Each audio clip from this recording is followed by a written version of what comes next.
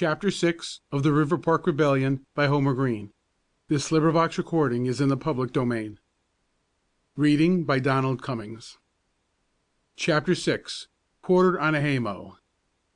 The race was an exciting one. The people who crowded the platform of the station looked on with interest, supposing that both boys were running to catch the train. At the edge of the platform Brede tripped and fell, with Brightly so close behind that he stumbled involuntarily over the captain's prostrate body. In an instant both boys were up and facing each other, Brightly's face pale with excitement and determination, and Brede's distorted with fear and anger. "You coward!" exclaimed Brightly, his breath heaving with exhaustion and indignation. "You coward! Give back that money!" For an instant Brede glared defiantly at his captor. Then, as the conductor shouted, "All aboard!" and the engine gave its first long puff at starting, he plunged his hand into his pocket, held out a handful of small coin and paper currency, and turned again toward the cars. "Stop!" said Brightly, looking the money over rapidly. "Wait! This isn't all of it. I want the rest."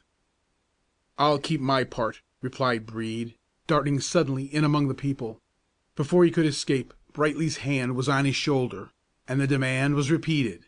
The fugitive turned, almost crying in his rage, and flung a few pieces of paper money into his captor's face.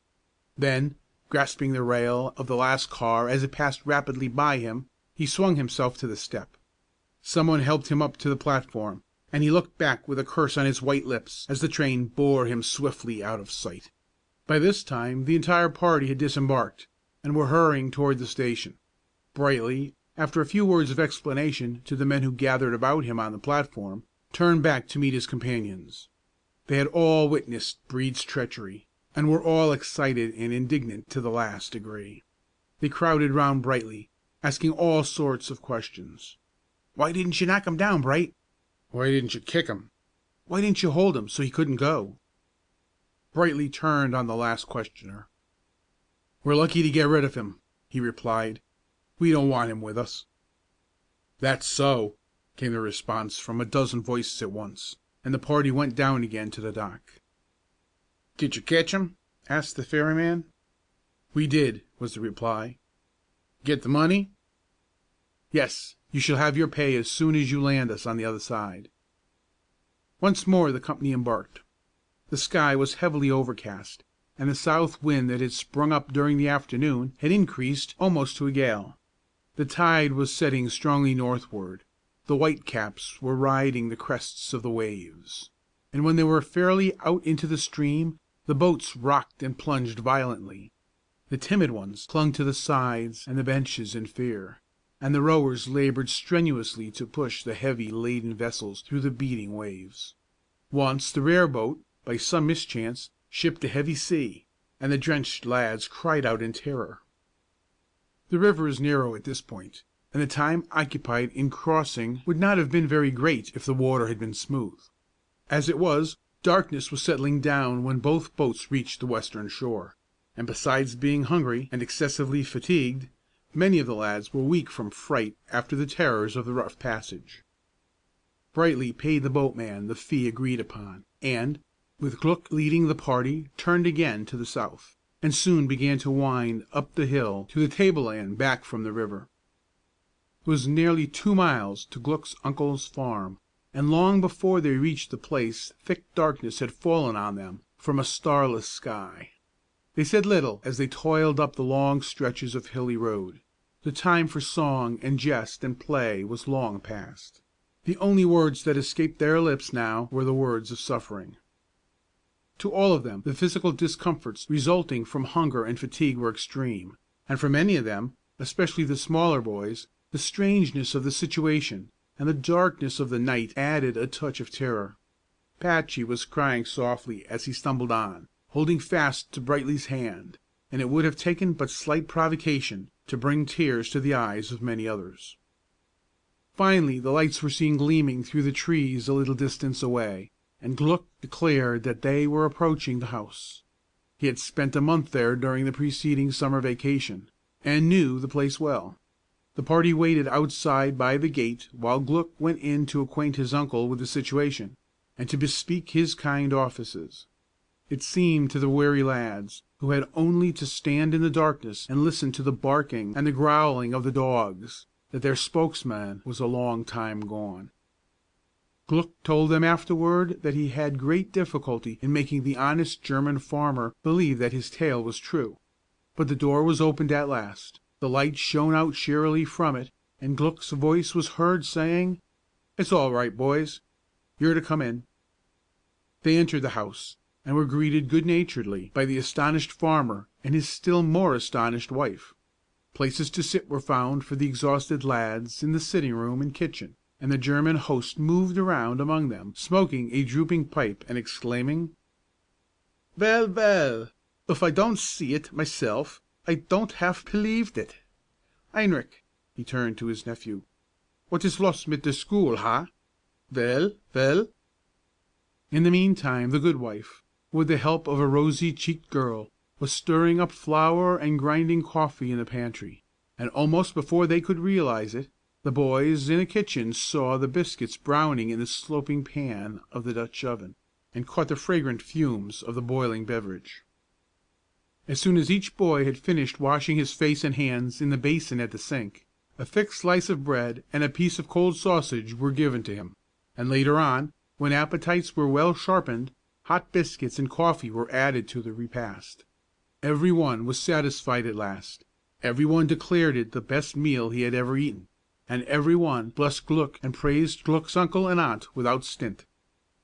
But no sooner had the food been disposed of, and the plates and crumbs cleared away, than many of the boys, especially the younger ones, began to grow sleepy, and wide yawns were visible in almost every direction. The good farmer and his wife had been consulting together on the practical question of what was to be done with the party for the night. There were but 5 beds in the house. Quarters on the floor were proposed, but young Gluck interposed with another suggestion. "There's the barn, Uncle Carl. We could all sleep there on the haymow." "Yes," replied Brightly, "that would do very nicely. We should be glad to sleep there, shouldn't we, boys?" "Yes, yes," was the hearty response. "Indeed we should," added Drake. In spite of their weariness, there was something in the thought of sleeping on a haymow in a country barn that appealed to the love of the romantic in these boys, and they caught at the suggestion with great eagerness. Gluck's uncle left the room with a puzzled expression on his face, but returning in a few moments with a lighted lantern, he beckoned to the boys to follow him out into the yard. Gluck arose to go with the rest, but his aunt went up to him, put her hand on his arm, and asked him if he would not sleep in the house. "No, auntie," he replied, "I will go with the boys. We must all fare alike to night." "So?" "Yes. Good night, auntie." "Gut Nacht." The other boys said good night to their hostess as they passed out of the door, and then, in single file, they followed the farmer across the wide barnyard. They entered the building by a low door at one corner, went along a narrow aisle between 2 high board partitions, and came in finally on a wide threshing floor between the bays. This floor extended the entire length of the barn, and on each side of it, about midway, a narrow vertical ladder ran up between fixed posts, by which one could reach the top of the mow at whatever height it might be. At this season of the year the hay was greatly reduced in quantity. The bay on one side of the threshing floor was quite empty; on the other side the mow reached to a height of only 8 or 10 feet from the floor. The farmer pointed to the ladder on this side, and said, smiling, "You must dis ladder goen oop, and you will de bet finden." Drake was the first to mount. "It's splendid up here!" he cried. "Oceans and oceans of room!" So, one by one, the boys climbed to their strange quarters on the haymow. The last one to go up was Plumpy the Freak. Gluck's uncle looked in amused astonishment at the ponderous, awkward figure, with its masses of moving flesh, as the fat boy slowly worked his way upward. "Vell, vell!" he exclaimed, holding his lantern high, in order to see the more clearly. "If I don't see it myself, I don't have believed it." Hanging the lantern on a wooden pin in the framework, and cautioning the boys not to disturb it, and not to strike a match nor make a fire of any kind in the barn, the farmer responded to the chorus of good nights from the mow, and made his way through the darkness, back across the barnyard to his house. On almost any other occasion there would have been an unlimited amount of horseplay, before these boys could have settled themselves for the night and gone to sleep. But now all the boys were too weary to be gay, and in less than 20 minutes from the time of the mounting of the ladder the whole company was asleep. Yet not the whole company. Brightly closed his eyes, but sleep would not come to him. In this strange place, in this hour of quiet, with only the heavy breathing around him to break the stillness, with only the dim light of the lantern to make partly visible and wholly weird the huge timbers and vast spaces of the great barn's interior, thought took possession of his mind and drove slumber from his eyelids. Regret assailed him, conscience awakened, and began again her vigorous reproach. He lay staring into the deep shadows among the tie beams and rafters, until it became impossible for him longer to remain quiet. Gently disengaging himself from Patchy's arm, which the child had thrown across his protector's breast at the very moment when sleep conquered him, Brightly rose from his bed of hay, slid softly to the ladder, and crept down it to the floor of the barn. The carpet of straw that covered the floor planks deadened the sound of his footsteps, and he was able to walk up and down the entire length of the building without in any way disturbing the sleepers on the mow. Thus walking, he gave himself up to thought. Bitter, laborious, regretful thought. He went back over the entire history of his troubles at Riverpark, beginning with the appointments 6 months before, and culminating in this night of adventure and suffering. With that brief review he recognized his error, an error founded on jealousy, nurtured in selfish pride, and fed and fostered with a lie. Colonel Silsbee had sought to make it plain to him, but without success. Harple, with all the earnestness of friendship, had brought it up in vain before his mind and conscience. But now, this night, in this strange place, his eyes were opened, and he saw. One sweep of his own hand at last had brushed away the clinging cobwebs, and the full extent of his folly and guilt lay bare before him. But it was of no use now to think of what might have been. The past was beyond recall. It would forever lie behind him, a great shadow of disgrace and humiliation, which only the long years could lessen. It was the future of which he must now think. What should that be? What should he do to-morrow, next day, next week? Could he ever retrieve the disasters he had brought upon himself? Was it possible for him to begin again at the lowest round of the ladder and toil back up into manhood? Back and forth the young penitent walked, up and down, dashing a tear from his face now and then, never halting in his march. The minutes grew into hours, but the sleepers on the mow slept on, unconscious of the agony below them, knowing nothing of the storm that raged in their companion's heart. But when the storm passed, the atmosphere it left was clean and pure, and when, in the small hours of the morning, the lad climbed up again to his bed of hay, his mind was fixed, and his heart was set. After that, no power could be strong enough to move him from the path that he had marked out for his feet to follow. It was late on the following morning before the guests at the farmer's barn descended the vertical ladder to the floor. They brushed the hayseed from their clothing and the hay dust from their eyes, and went over, in little groups, to the farmhouse. Gluck's aunt had prepared for them a breakfast similar to the supper of the night before, only a little better and in greater variety, and they partook of it heartily and thankfully. The strong south wind had brought up, during the night, a storm of rain, and as soon as the lads had done eating, they retired again to the shelter of the barn.